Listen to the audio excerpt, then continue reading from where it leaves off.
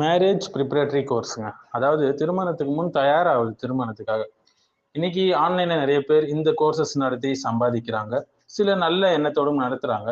என்னதான் நடத்தினாலும் 1400 வருஷத்துக்கு முன்னாடியே ரசூல் அஸ்லம் இது நமக்கு அழகாக நமக்கு தெரிவிச்சுட்டு போயிட்டாங்க. எந்த ஒரு ஃபீஸும் இல்லாம ஃப்ரீயா சொல்லி கொடுத்துட்டு போயிட்டாங்க. ஆனா இன்னைக்கு ஆன்லைன் பிளாட்ஃபார்ம்ல பார்க்கலாம். இந்தியா போன்ற நாடுகள் $1500 வரியிலிருந்து $2000 வரைக்கும் சார்ஜ் பண்றாங்க. யூஎஸ், யூகே போன்ற நாடுகள்ல $199 $400 வரைக்கும் டார்கெட் பண்றாங்க கப்பிள்ஸ்க்கு. மேரேஜ் எப்படி சக்சஸா கொண்டு போறது அப்படின்னு சொல்லிட்டு மேரேஜ் ப்ரிப்பரேட்டரி கோர்ஸ்லாம் கண்டக்ட் பண்றாங்க. என்னதான் கண்டக்ட் பண்ணாலும் அல் குர்ஆன் சுன்னாவுடைய வழியில யாராலையும் முழுமையாக சொல்லிக் கொடுக்க முடியாது இல்லைங்களா? அல் குர்ஆனும் சுன்னாவும் தான் முழுமையாக அதை சொல்லிக் கொடுக்கும். ஃபார் எக்ஸாம்பிள் திருமணத்துக்கான தயாரிப்பு பாடநெறி, குறிப்பா சூரத்து நிசா இதை பற்றி அதிகமாக பேசுதுன்னு சொல்லலாம். ஸோ ஒரு வரியில சொல்லணும்னா, இஸ்லாமில் திருமணம் உணர்ச்சிகளை மையமாக கொண்டது கிடையாதுங்க, கலாச்சாரத்தை மையமாக கொண்டதும் கிடையாது. மாறாக அது ஈமானை மையமாக கொண்டது, பொறுப்புகளையும் கருணையையும் அடிப்படையாகவும் மையமாகவும் கொண்டு இயங்கக்கூடியதுதான் இஸ்லாமிய திருமணம் என்பது. அல் குர்ஆனையும் சுன்னாவும் யார் நல்லா ஆழ்ந்து படிக்கிறாங்களோ நிச்சயமாக அதுல பல வழிகாட்டுதல்களை அவங்க பெற்றுக்கொள்வாங்க. மேரேஜுக்கு முன்னாடி எப்படி ப்ரிப்பேர் ஆகணும், எப்படி சக்சஸ்ஃபுல்லா ஒரு மேரேஜ் லைஃபை கொண்டு போகணும் என்று ஒரு நல்ல அழகான ப்ளூ பிரிண்ட்டை அல் குர்ஆனும் சுன்னாவும் நமக்கு தருதுங்க. அது எப்படி என்பதை நாம பார்ப்போம் இன்ஷா அல்லாஹ். ஸோ அல்லாஹ் சுப்ஹானஹு வ தஆலா சொல்றான், சூரத்து ரூம் 21வது ஆயத்தை நம்ம பார்க்கலாம். அவன் உங்களிலிருந்தே உங்களை இனத்திலிருந்து என்ன செஞ்சான், நம்மளுக்கான துணைகளை அல்லாஹ் உருவாக்கியிருக்கான். அது அவனுடைய அடையாளங்கள்ல ஒன்று. நீங்கள் அவர்களிடம் அமைதி பெறுவதற்காக, சக்கீனத் பெறுவதற்காக என்று அல்லாஹ் சொல்றான். மேலும் சுன்னால நம்ம பார்க்கலாம் இல்லைங்களா, ஹதீஸ்ல செயல்கள் அனைத்தும் எண்ணங்களை பொறுத்து அமைகின்றன, புகாரியில வரக்கூடிய ஹதீஸ். ஸோ இன்றைய திருமணங்கள் பலவும் எதுக்காக செய்யறாங்க என்றால், தங்களுடைய லஸ்ட்டை பூர்த்தி செய்யறது, காமத்திற்காக, சமூக அழுத்தத்துக்காக, தனிமைக்காக, வெளிநாடு விசா நோக்கம் இது வேற இருக்குது சில பேர்கிட்ட. நேஷனாலிட்டி பொண்ணை கட்டிக்கிட்டா அப்படின்னு சொல்லி இருக்கிற நேஷனாலிட்டியை விட்டுட்டு அங்க போய் கட்டிக்கிறவங்களும் இருக்கிறாங்க. ஸோ இது எல்லாம் இப்போ உணர்ச்சிகள்லாம் குறைந்து விட்ட பிறகு திருமணம் அங்க கசப்படைய ஆரம்பிக்குது. ஸோ திருமணம் என்பது டோபமைனை சாட்டிஸ்ஃபை பண்றதுக்காக இல்லைங்க, மாறாக சக்கீனத்துக்காக, அமைதிக்காக. பொறுப்பு வந்த பிறகுதான் என்ன ஆகும், அந்த திருமண வாழ்க்கையா போகும். திருமணம் என்பது உறுதியான உடன்படிக்கைன்னு அல்லாஹ் சொல்றான், மீசாக்கன் வலிதா என்று சொல்றான். உங்களிலிருந்து ஒரு உறுதியான உடன்படிக்கையை அவங்க பெற்றிருக்கிறாங்கன்னு சொல்லி. இந்த மீசாக்கன் கலீதாவை அல்லாஹ் சுப்ஹானஹு வ தஆலா எங்க யூஸ் பண்றான்னா, குர்ஆன்ல வேறு இடத்துல நபிமார்களுக்கு யூஸ் பண்றான், அவர்களுக்கு உறுதியான உடன்படிக்கையை கொடுத்தோம் என்று. அப்ப அந்த உறுதியான உடன்படிக்கையை முறிக்காத வண்ணம் நம்ம சரியாக செயல்படணும். இன்று நம்ம பலரும் பார்க்கலாம் இல்லைங்க, டேட்டிங் கலாச்சாரம். எப்ப வேண்டுமானாலும் என்ன செய்யலாம், டேட்டிங் பண்ணிக்கலாம் யாரை வேணாலும். ஆனால் இஸ்லாம் இது போன்ற மோசமான கலாச்சாரங்களை என்ன செய்யுது, அதுக்கான வழிகளை மூடுகிறது. முதலில் திருமணம், பிறகுதான் மற்றவை எல்லாம். இன்னும் சிலர் திருமணத்துக்கு பயப்படுவாங்க, என்ன செய்வது பொருளாதாரத்துக்கு என்றெல்லாம். நீங்கள் திருமணம் முடியுங்கள், அல்லாஹ் உங்களை என்ன செய்வான், உங்கள் வாழ்வாதாரத்தில் விசாலத்தை தருவேன் என்று அல்லாஹ் வாக்குறுதி செய்கிறான். அல் குர்ஆன்ல நம்ம அதுக்கான ஆயத்துக்களை பார்க்கலாம். ஸோ காதலுக்கு முன்னாடி கடமைகள் ரொம்ப முக்கியங்க, உரிமைகள், பொறுப்புகள் எல்லாமே முக்கியம். ஆண்கள் தான் பெண்களை நிர்வகிக்கக்கூடியவர்கள், பொறுப்பாளர்கள். உங்களில் ஒவ்வொருவரும் பொறுப்பாளர்கள், ஒவ்வொருவரும் தம்முடைய பொறுப்புக்கு கணக்கு கேட்கப்படுவீங்க அல்லாஹ் இடத்துல என்று ரசூலுல்லாஹி ஸல்லல்லாஹு அலைஹி வஸல்லம் சொல்லியிருக்காங்க, புகாரில வரக்கூடிய ஹதீஸ். ஸோ திருமணம் என்பது உரிமைகளாலும் கடமைகளாலும் பாதுகாக்கப்பட்ட ஒரு விஷயம். அடுத்த முக்கியமான ஒரு விஷயம் என்னன்னு பார்த்தீங்கன்னா, இந்த மேரேஜ் ப்ரிப்பரேஷனுக்கு பேசும்போது கண்ணியமாக பேசுவது, அவர்களுடன் மாரூஃபோடு வாழுங்கள் நல்லா சொல்றேன். ஆஷிருஹுன்ன பில் மாரூஃப் என்று. ஆஷிருஹுன்ன பில் மாரூஃப் என்றால் கண்ணியமாக அவங்களோடு வாழுங்க என்று அல்லாஹ் சொல்றான். சூரத்து நிசாவோட 19வது ஆயத். நபி ஸல்லல்லாஹு அலைஹி வஸல்லம் தம் மனைவிகளை ஒருபோதும் இகழ்ந்தது கிடையாது, அவமதிச்சது கிடையாது.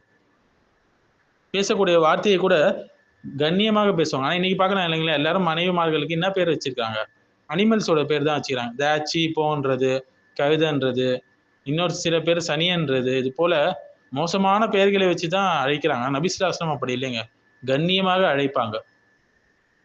சில இஸ்லாம் நல்ல அஹ்லாக்கை கற்பிக்கிறது. ஒரு அஹ்லாக்கை வளர்த்து கொண்ட பிறகுதான் ஒருத்தர் திருமணம் செய்யணும். அடுத்த 5வது விஷயம் பார்த்தீங்கன்னா, கருத்து வேறுபாடுகள். இது வருவது இயல்புதான். நபிகளார் காலத்திலும் கருத்து வேறுபாடு இருந்தது. ஆனால் குழப்பமும் அநியாயமும் இல்லை.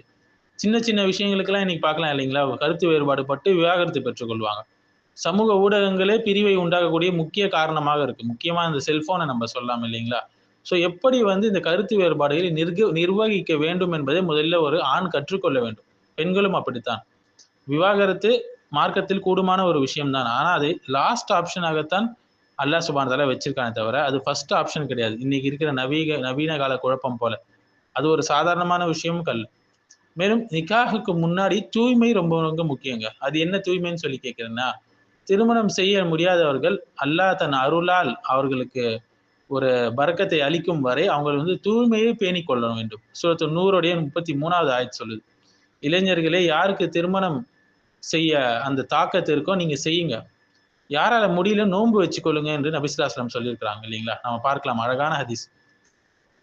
ஸோ திருமணத்துக்கு முன் தக்வா ரொம்ப முக்கியங்க. நம்ம ஆசைகளை பேணிக் கொள்வதில் ஒழுக்கம் ரொம்ப ரொம்ப தேவை. ஸோ திருமணம் என்பது சுருக்கமாக சொல்லணும்னா ஒரு ஆன்மீக பயணம் என்றே சொல்லலாம். ரப்பனா ஹப்லனா மின் அஸ்வாஜினா வ துர்ரியாத்தினா குர்ரத அயுனின் வஜ்அல்னா லில் முத்தகீன இமாமா. அடிக்கடி இந்த துஆவை ஓதிக் கொண்டிருக்க வேண்டும். என்னுடைய மனைவிமார்களிலிருந்தும் சந்ததிகளிலும் எனக்கு கண்குளிர்ச்சியை தருவாயாக என்று. இது ரொம்ப முக்கியமான ஒரு துஆ. திருமணத்துக்கு தயாராகக்கூடியவங்க அதிகமாக இதை ஓத வேண்டும். ஸோ இப்படி ஓதி வந்தால்தான் அல்லாஹ் சுப்ஹானஹு வ தஆலா ஒரு நல்ல குடும்பத்தை, நல்ல ஒரு பேர அல்லாஹ் சுப்ஹானஹு வ தஆலா அவருக்கு கொடுப்பான். கணவன் மனைவியும் சேர்ந்து தொழக்கூடியவர்களாக இருப்பார்கள். பொறுமையை பேணக்கூடியவர்களாக இருப்பார்கள். ஸோ இணைந்து இபாதத் செய்யவில்லை என்றால் அங்க ஒரு பிளவு வரும். திக்ர் இல்லாத வீட்ல கண்டிப்பாக நிம்மதி இருக்காது. ஸோ குறிப்பாக சூரத்து நிசாவை நம்ம பார்க்கலாங்க. அதிகமாகவே இந்த திருமண தயாரிப்பு சம்பந்தமான பாடநெறியை நமக்கு தருதுன்னு என்று சொல்லலாம். திருமணத்தை அழகாக கட்டமைக்கக்கூடிய சூரா என்றும் இந்த சூரா சொல்லலாம். இந்த சூறால வந்து பொறுப்பு, அதிகாரம் இதெல்லாம் விளக்கப்படுது. அதெல்லாம் எக்ஸ்பிளைன் பண்றான் அல்லாஹ் சுப்ஹானஹு வ தஆலா. திருமணத்தை மீசாக்கன் கலீதா என்று அழைக்கிறான். எப்படி வந்து சண்டைகள், கருத்து வேறுபாடுகளை சட்டப்பூர்வமாக அதை அணுக வேண்டும், அழகிய முறையில் அணுக வேண்டும் என்று சொல்லி வருகிறான். பெண்களை வந்து உணர்ச்சி மற்றும் பொருளாதார அநியாயத்திலிருந்து காக்கக்கூடிய வசனங்கள் இதுல இருக்கு. திருமணத்தை வந்து தக்வாவோடு இணைக்கிறது.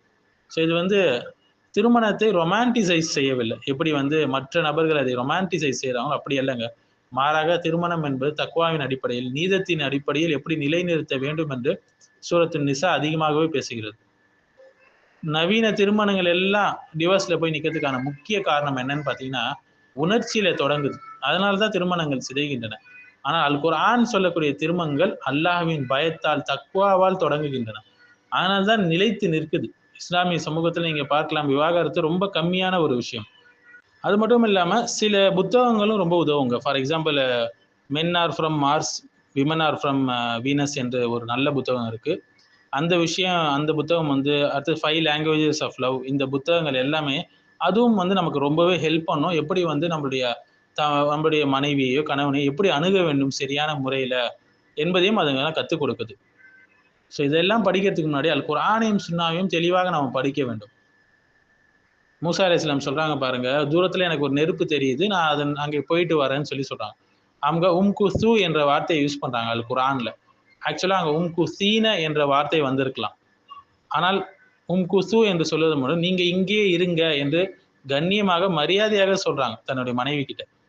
அந்த வார்த்தையை விட குசீன, நீ இங்கே இரு என்று சொல்வதை விட. ஸோ மனைவியிடம் எப்படி பேசணும் என்பதை முதல்ல வந்து ஆண்கள் தெரிந்து கொள்ள வேண்டும். தங்களுடைய வளர்க்கக்கூடிய வருங்கால மனைவி கிட்ட எப்படி கண்ணியமா பேசணும்னு கற்றுக் கொடுக்கணும். ஸோ திருமணம் என்பது ஒரு அமானத்து, மாறாக அது உணர்ச்சி அல்லங்க. அது நீங்கள் அவங்களிடம் சக்கீனத்தை அடையவே என்று அல்லாஹ் சொல்றான் இல்லைங்களா? ஸோ நிக்காஹ் என்பது ஒரு உறுதியான உடன்படிக்கை என்று சொல்லணும். மறுமையில் அல்லாஹ் கேள்வி கேட்பான் என்ற பயம் இருக்கணும். உரிமைகளை கோருவதற்கு முன்ன பொறுப்பு இருக்கணும்.